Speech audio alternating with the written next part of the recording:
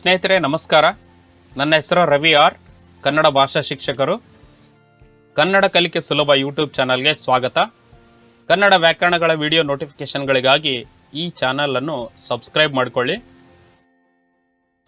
ಸ್ನೇಹಿತರೆ, ನಾವು ಇಂದಿನ ಒಂದು ಆನ್ಲೈನ್ ತರಗತಿಯಲ್ಲಿ ರೂಪಕ ಅಲಂಕಾರದ ಬಗ್ಗೆ ತಿಳಿದುಕೊಳ್ಳೋಣ.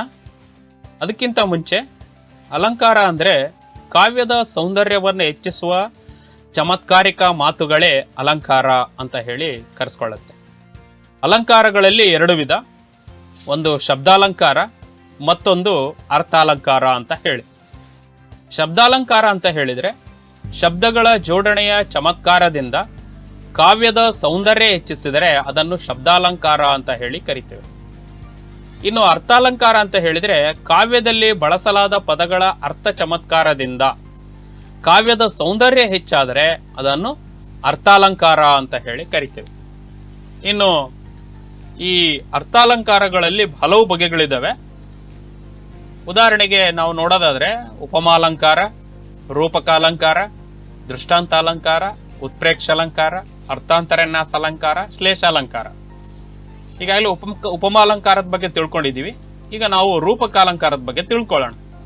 ಹಾಗಾದ್ರೆ ರೂಪಕಾಲಂಕಾರ ಅಂದ್ರೆ ಏನು ಅಥವಾ ಅದರ ಲಕ್ಷಣ ನೋಡೋದಾದ್ರೆ, ಉಪಮೇಯ ಹಾಗೂ ಉಪಮಾನಗಳೆರಡರಲ್ಲಿ ಭೇದವಿಲ್ಲದಂತೆ ಎರಡು ಒಂದೇ ಎಂದು ಹೇಳುವುದೇ ಅಥವಾ ವರ್ಣಿಸುವುದೇ ರೂಪಕಾಲಂಕಾರ ಅಂತ ಹೇಳಿ ಕರೆಸ್ಕೊಳ್ಳುತ್ತೆ.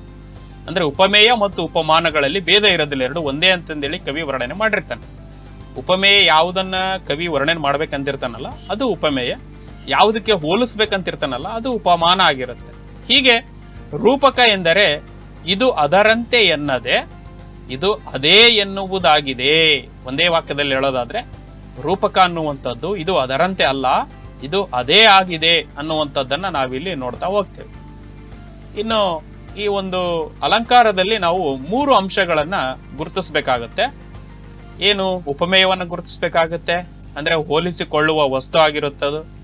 ಇನ್ನು ಉಪಮಾನ ಹೋಲಿಸುವ ವಸ್ತು ಆಗಿರುತ್ತಿದ್ದು, ಬಹಳ ವಿಶೇಷವಾಗಿರತಕ್ಕಂಥದ್ದಕ್ಕೆ ಹೋಲಿಸಿರ್ತಾನೆ ಕವಿ.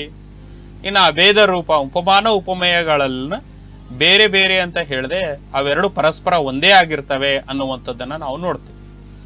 ಈಗ ಉದಾಹರಣೆಗೆ ಇಲ್ಲಿ ಒಂದು ವಾಕ್ಯ ಇದೆ, ಸೀತೆಯ ಮುಖ ಕಮಲ ಅರಳಿತು ಅಂತ.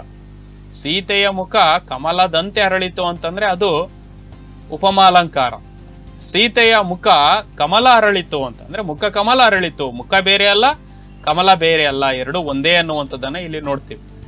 ಈ ರೀತಿಯ ಒಂದು ವಾಕ್ಯಕ್ಕೆ ಉದಾಹರಣೆಯಾಗಿ ನಾವು ಏನು ಪರೀಕ್ಷೆಯಲ್ಲಿ ಕೇಳಿರ್ತಾರೆ, ಇದಕ್ಕೆ ನಾವು ಉಪಮೆ ಯಾವುದು ಅನ್ನೋದನ್ನ ಗುರುತಿಸ್ಬೇಕು. ಅದಾದ ನಂತರ ಉಪಮಾನ ಯಾವುದು ಅನ್ನೋದನ್ನ ಗುರುತಿಸ್ಬೇಕಾಗುತ್ತೆ. ಉಪಮಾನ ಅನ್ನುವಂಥದ್ದು ಕಮಲ, ಉಪಮೇಯ ಸೀತೆಯ ಮುಖ.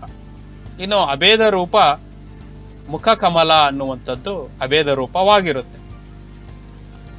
ಇನ್ನು ಸಮನ್ವಯ ಇಲ್ಲಿ ನೋಡೋದಾದ್ರೆ, ಇಲ್ಲಿ ಸೀತೆಯ ಮುಖ ಉಪಮೇಯವಾಗಿದ್ದು ಕಮಲ ಅನ್ನುವಂಥದ್ದು ಉಪಮಾನವಾಗಿ ಈ ಎರಡರಲ್ಲಿ ಭೇದ ಇಲ್ಲದಂಗೆ ಎರಡು ಒಂದೇ ಎಂದು ತೋರುವಂತಹದ್ದು ಮುಖ ಕಮಲ, ಅಂದ್ರೆ ಇದು ಅಭೇದ ರೂಪವಾಗಿರುತ್ತದೆ.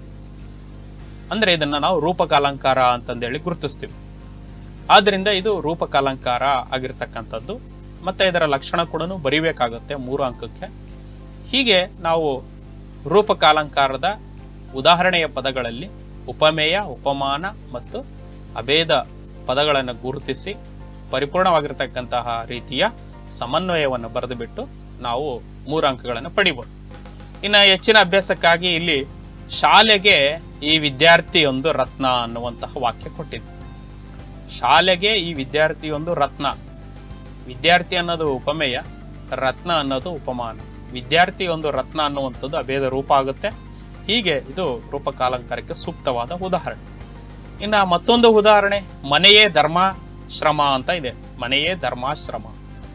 ಇಲ್ಲಿ ಉಪಮೇಯ ಅನ್ನುವಂಥದ್ದು ಮನೆ ಅನ್ನುವಂಥದ್ದಾಗುತ್ತೆ, ಧರ್ಮಾಶ್ರಮ ಅನ್ನುವಂಥದ್ದು ಉಪಮಾನ. ಹೀಗೆ ಉಪಮೇಯ ಉಪಮಾನ ಎರಡು ಒಂದೇ ಆಗಿರ್ತಕ್ಕಂಥದ್ದನ್ನ ನಾವು ನೋಡ್ತೀವಿ. ಸ್ನೇಹಿತರೆ, ನಾವು ಇಲ್ಲಿವರೆಗೆ ರೂಪಕಾಲಂಕಾರವನ್ನ ತಿಳಿದುಕೊಂಡಿದ್ದೀವಿ. ಎಲ್ಲರಿಗೂ ನಮಸ್ಕಾರ.